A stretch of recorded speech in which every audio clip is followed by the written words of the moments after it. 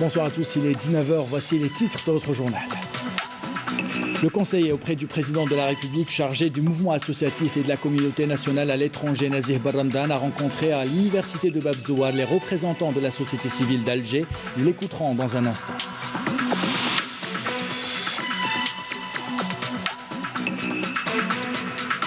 Le génie des jeunes Algériens est récompensé à l'international. Des lycéens lauréats du concours mondial de la robotique en Corée du Sud ont été honorés par le ministre délégué chargé de l'économie, de la connaissance et des startups.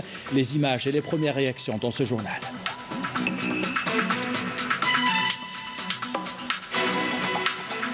« 160 nouveaux cas confirmés de coronavirus, 102 guérisons et 4 décès.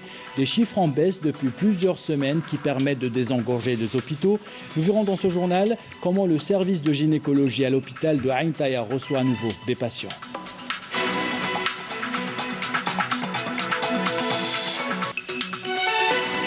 L'entraide et la solidarité, des caractéristiques des associations de la wilaya de Béjaïa, des bénévoles conjuguent leurs efforts pour réfectionner des ruelles et donner des cours d'alphabétisation. Un reportage à suivre dans le village d'Agoumen Natama.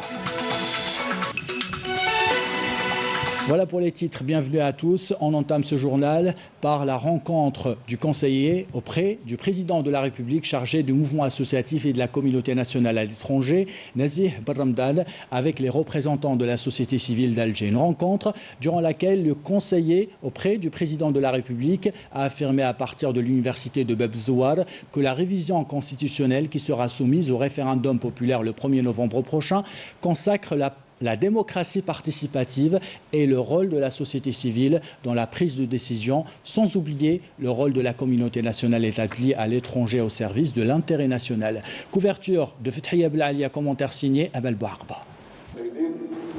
Cette rencontre de concertation vise à rétablir la confiance entre la société civile et les institutions de l'État.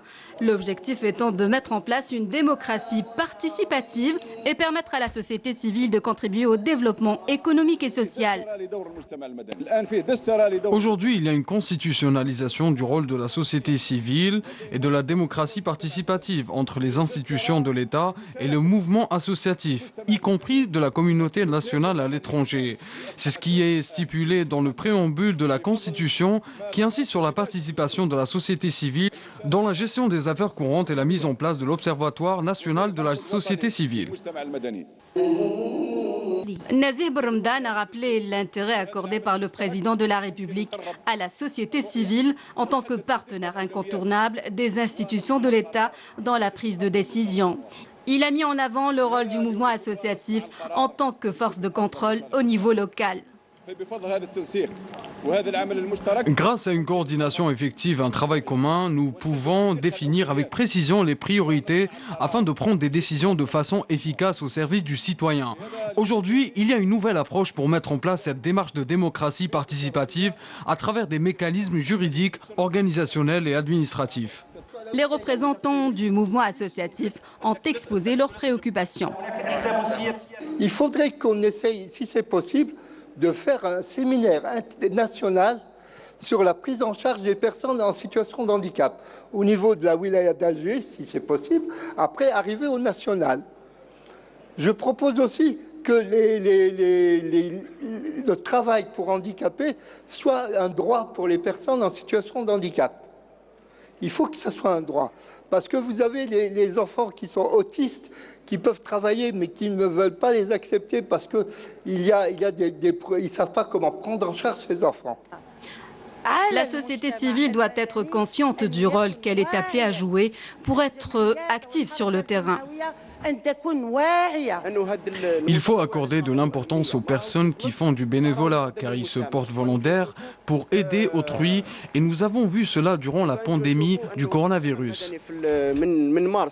Concernant la communauté nationale à l'étranger, le conseiller auprès du président de la République a fait part de la mise en place d'une plateforme numérique destinée à nos concitoyens à l'étranger, leur permettant d'exposer leurs préoccupations. Et toujours à propos du référendum du 1er novembre, les citoyens prennent le chemin de leur commune pour s'inscrire sur les listes électorales. L'ANI évoque plus de 58 600 nouveaux inscrits sur sa plateforme numérique et plus de 33 200 radiants. Voici des images des inscriptions de la wilaya d'El Oued commentées par Nassima Imloula.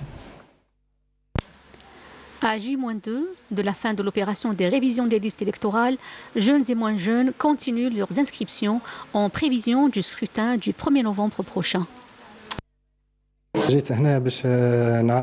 Je suis venu pour inscrire mon père et m'inscrire pour la première fois pour participer au référendum du 1er novembre prochain.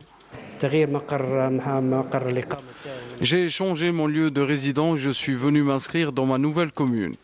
La délégation de Wilaya d'El Oued, qui relève de l'autorité nationale indépendante des élections, a déployé tous les moyens humains et matériels pour garantir le bon déroulement de ce référendum qui intervient cette année dans des conditions sanitaires particulières. Ces élections constituent une occasion pour tous les Algériens afin de s'exprimer sur cette nouvelle constitution. C'est une étape importante pour construire une Algérie nouvelle. Je conseille à tous les jeunes Algériens de s'inscrire sur les listes électorales pour participer au référendum, car le dernier mot leur revient. La révision de la Constitution représente une étape importante dans l'édification de l'Algérie nouvelle. La délégation de Wilaya de Lani veille scrupuleusement au respect du protocole sanitaire mis en place afin de permettre aux habitants de la région d'accomplir leurs devoirs dans la sérénité.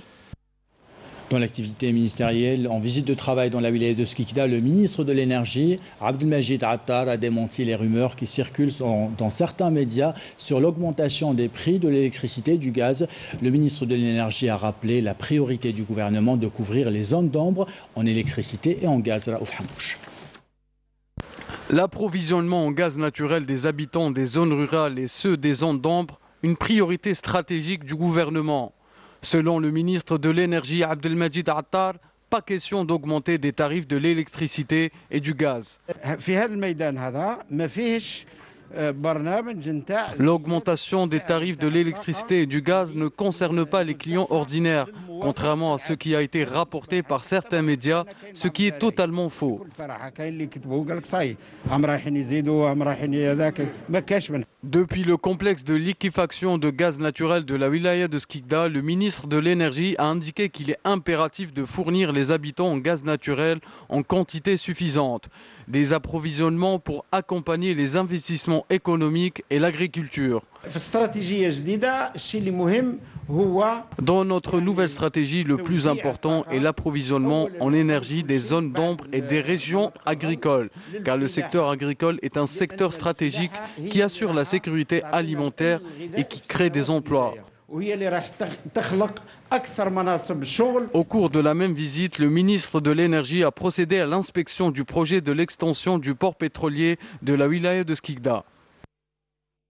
Dans l'actualité de ce samedi, des jeunes lycéens ont fait l'actualité cette semaine. Ils sont lauréats, écoutez bien, du concours mondial de la robotique en Corée du Sud. Ces jeunes, venus de plusieurs villes du pays, ont été reçus et honorés cet après-midi par le ministre délégué auprès du Premier ministre chargé de l'économie de la connaissance et des startups, Yassine Mahdi Walid. Couverture d'Insaf Boukhalfa, commentaire signé Raouf Hamouche. Younes, Mohamed Amin et Nazim, âgés à peine de 15 ans, issus de la wilaya de Sétif, sont les lauréats du concours international de robotique organisé en Corée du Sud. Ils sont à l'origine d'un projet innovant, une ferme intelligente. J'ai élaboré ce projet avec mes 2 camarades, conçu en 8 jours seulement. Nous souhaitons évoluer dans cette dynamique pour créer d'autres projets, développer d'autres compétences et avoir de nouvelles distinctions.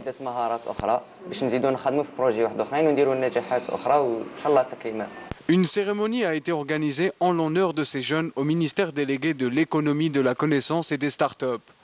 Nous avons reçu 2 équipes, une de Msila et une de Sétif. L'équipe de Msila a mis en place un certain nombre d'inventions, une chaussure intelligente pour les non-voyants, une ferme intelligente, et l'équipe de Sétif a vraiment honoré l'Algérie en remportant le premier prix du concours mondial de la robotique en Corée du Sud. C'est un véritable plaisir pour nous de recevoir de tels talents qui nous réconfortent encore une fois et qui nous confirment que notre pays recèle énormément de talents et que l'avenir de notre pays est entre de bonnes mains. Pour ce faire, le ministre délégué de l'économie, de la connaissance et des startups, Yassine El Mahdi Walid, a fait savoir que son département compte plusieurs projets de réalisation de Fab Lab pour que les jeunes inventeurs algériens puissent développer leurs projets et aller au bout de leurs rêves. Et en visite à Arguen, le ministre de la Jeunesse et des Sports, Sid Ali Khaldi, a inauguré une piscine semi-olympique. Il a souligné la nécessité de mettre en valeur les structures sportives et d'accompagner les initiatives d'associations. Accompagné par la secrétaire d'État auprès du ministre de la Jeunesse et des Sports chargé du sport d'élite Salima Souakri, le ministre a mis en avant l'importance qu'accorde son ministère à cette région, une région qui sera renforcée en diverses installations juvéniles et sportives, avant d'appeler à assurer l'encadrement nécessaire pour ces structures. C'est une journée nationale d'information sur les activités de l'Office d'appareillage et accessoires pour handicapés qui a été organisée aujourd'hui à Alger. Il a été question de la fabrication et la commercialisation des prothèses. Était présent à cette rencontre le ministre de la Santé, de la Population et de la Réforme hospitalière Abdelrahman Boubouzid, la ministre de la Solidarité nationale, de la Famille et de la Condition de la Femme et ministre par intérim du Travail, de l'Emploi et de la Sécurité sociale, Kautar Krikou. Toujours à propos de la santé, le service de gynécologie de l'hôpital de Ain Taïa reçoit à nouveau des patients dans le respect des mesures de prévention sanitaire. Un autre service sera bientôt opérationnel, le service de chirurgie. Des interventions qui ont été déprogrammées à cause de la pandémie seront bientôt reprogrammées. Nassima Ibloul. Dans cet établissement hospitalier de Ain Taïa, les conditions d'accueil et de prise en charge des patients semblent satisfaisantes, notamment au niveau du service gynécologie obstétrique. Ce service accueille quotidiennement des dizaines de femmes. Pour la réception, je suis venu au service gynécologie pour une échographie. Franchement, j'ai été bien accueilli et bien prise en charge par le personnel du service. Je suis hospitalisée dans ce service. Je suis toute seule dans la chambre. Chaque matin, le médecin vient nous examiner. Les bilans qui nous sont prescrits sont faits soit au niveau de l'hôpital, soit à l'extérieur. J'ai été bien prise en charge lors de l'accouchement. Nous accueillons quotidiennement des patients, nous accomplissons notre devoir du mieux que nous pouvons en offrant les meilleurs services aux patients afin de les satisfaire. Avec la baisse des cas de contamination et la maîtrise du taux d'infection au Covid-19, le service de chirurgie reprend progressivement ses activités. Plusieurs interventions chirurgicales d'urgence ont été programmées avec le maintien du système de prévention contre le coronavirus.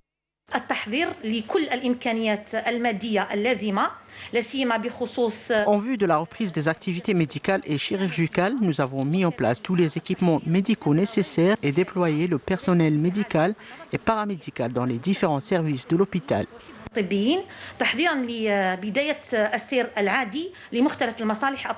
Des instructions sont données par le ministère visant à s'enquérir de la qualité des services fournis aux citoyens en matière d'accueil et de prise en charge des malades, ainsi que la mise en place des moyens médicaux au profit des professionnels de la santé, leur garantissant un meilleur cadre de travail.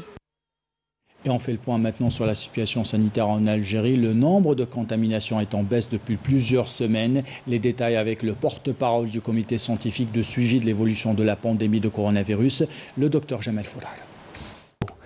Les principaux indicateurs enregistrés au cours de 24 dernières heures sont les suivants. 160 nouveaux cas, 82 nouvelles hospitalisations, 102 patients guéris, 26 patients en soins intensifs et 4 décès. Avec la notification de 160 nouveaux cas, l'incidence au cours de 24 dernières heures est de moins de 1 cas pour 100 000 habitants, sachant également que 26 wilayas n'ont pas déclaré de cas au cours de 24 dernières heures, 16 wilayas ont déclaré entre 1 et 9 cas et 6 wilayas ont déclaré 10 cas et plus. Pour ce qui est des décès enregistrés au cours de 24 dernières heures, leur nombre est de 4 nouveaux décès, rahimahullah. Les patients qui ont été hospitalisés durant les 24 dernières heures. Leur nombre est de 82 patients. Les patients guéris à ce jour, leur nombre est de 35 756 patients guéris, dont 102 guéris au cours des 24 dernières heures.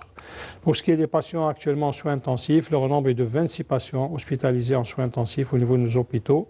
Et pour terminer, comme d'habitude, nous demandons à notre population de rester très vigilante en cette période, de respecter les règles de prévention, notamment l'hygiène des mains, la distanciation sociale et surtout le port de masque obligatoire en tout lieu et en toutes circonstances. Ce communiqué maintenant du ministère de la Défense nationale, des unités des gardes-côtes ont procédé lors de diverses opérations menées dans nos eaux territoriales entre le 20 et le 25 septembre dernier à l'interception et au sauvetage de 755 personnes qui tentaient de prendre la mer de manière illicite et qui ont été prises en charge par les services compétents des forces navales alors que 3 dépouilles des migrants clandestins dont l'embarcation a chaviré ont été repêchées. Ces opérations menées par les unités flottantes de recherche et de sauvetage ont été exécutées par ou dans la façade maritime centre avec interception et sauvetage de 340 migrants clandestins, la façade maritime ouest avec interception et sauvetage de 343 migrants clandestins, la façade maritime est avec interception et sauvetage de 72 migrants clandestins. Ces interventions reflètent les efforts fournis par nos forces navales dans le cadre de leur mission, notamment celle à caractère humanitaire et la sauvegarde de la sécurité des citoyens, ajoute le communiqué du ministère de la Défense nationale. Dans le dossier du Sahara occidental, on s'intéresse ce soir à la question des militants sahraouis interpellés par les forces d'occupation marocaines. Ce ne sont pas uniquement des chiffres, mais des familles brisées et des destins marqués à jamais, comme celui de Salah Lebsir. Il avait passé 4 années derrière les barreaux. Cela n'a pas ébranlé sa détermination à reprendre le combat pour défendre la cause de son peuple. Portrait de Ammar Tawakin, commentaire signé Abdelmajid Benkassi. Il est l'un des symboles de la lutte et de la résistance du peuple sahraoui pour le recouvrement de son indépendance et de sa liberté. C'est de Salah Lebsir qu'il s'agit, un des jeunes prisonniers politiques sahraouis à avoir connu les affres des geôles de l'occupant pour avoir revendiqué le droit de son peuple à l'autodétermination. Le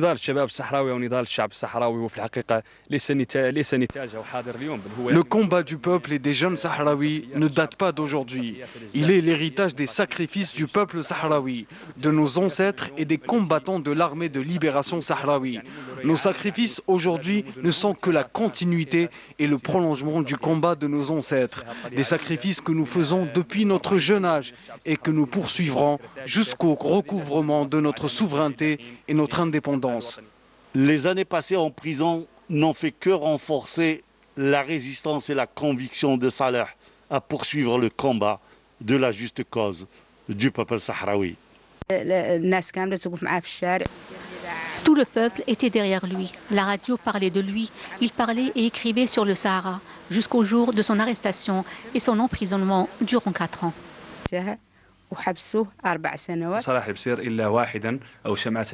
J'ai connu 4 ans durant les pires sévices des prisons marocaines. Tout cela parce que nous militons pour notre liberté dans les rangs du Polisario, un combat que nous ne voulons pas abandonner. Salah Lebsir demeure une figure parmi tant d'autres à avoir porté le combat sahraoui depuis déjà des décennies. Toujours dans l'actualité internationale, au Mali, le leader du mouvement malien AM5, l'imam Mahmoud Dikou, a salué aujourd'hui les efforts de l'Algérie en faveur du règlement de la crise malienne, qualifiant la position de l'Algérie d'honorable depuis le début de la crise dans son pays. Mahmoud Dikou a rappelé que le rôle de l'Algérie est primordial dans l'application des clauses de l'accord d'Alger pour la paix et la réconciliation nationale au Mali, l'accompagnement de ce pays pour sortir de la crise politique.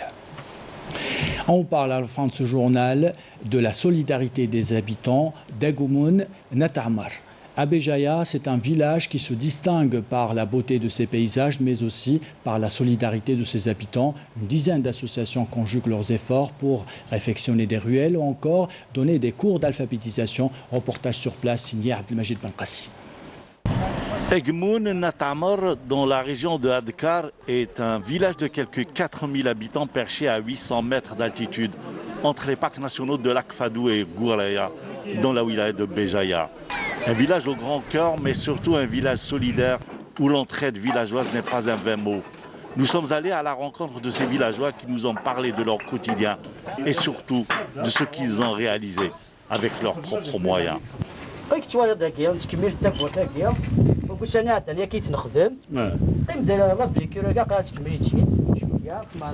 Eh bien voilà, je suis en plein travail, je finis ce seuil. Nous assurons un travail de volontariat depuis des mois, même avec cette crise sanitaire, tout en respectant les mesures barrières. Nous avons participé dans l'achat de la pierre avec plus de 13 millions de centimes. Le transport a été assuré par des bienfaiteurs, en plus de la main-d'œuvre assurée par des jeunes volontaires.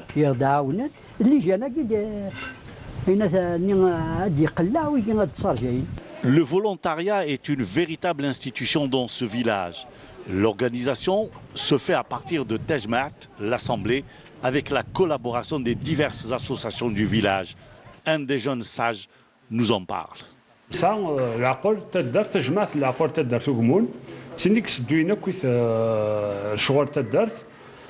Mais bien sûr, c'est le maouna les associations.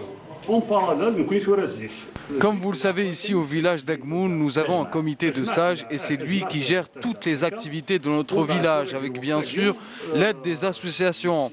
Ces associations ont apporté de la modernité dans la gestion de Tejmaat. Aujourd'hui, nous comptons entre 8 et 9 associations.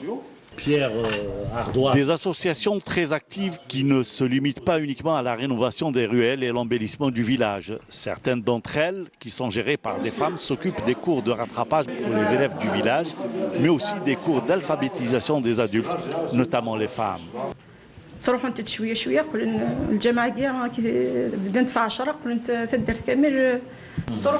Nous faisons un travail en direction des femmes qui nous font réellement confiance. La femme a besoin d'être aidée. Nous avons déjà commencé par donner des cours de soutien aux enfants du village, mais aussi des cours d'alphabétisation pour les femmes. Nous avons un groupe de 20 femmes seulement, en plus des femmes volontaires pour ces cours. Nous avons besoin de postes d'emploi permanents. Des initiatives encourageantes pour un village qui s'intéresse à tout.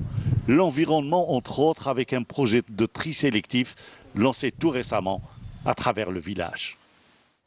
Avec ces belles images d'Agmoun Athamar, nous arrivons à la fin de ce journal. Avant de nous quitter, voici le rappel des titres. Le conseiller auprès du président de la République chargé du mouvement associatif et de la communauté nationale à l'étranger, Nazir Barramdan, a rencontré à l'université de Bab Zouar les représentants de la société civile d'Alger.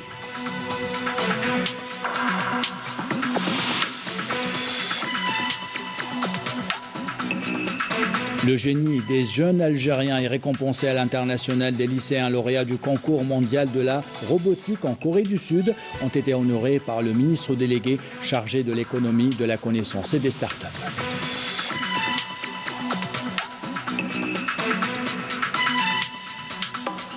« 160 nouveaux cas confirmés de coronavirus, 102 guérisons et 4 décès, des chiffres en baisse depuis plusieurs semaines qui permettent de désengorger les hôpitaux. Nous avons vu dans ce journal comment le service de gynécologie à l'hôpital de Ain Taya reçoit à nouveau des patients.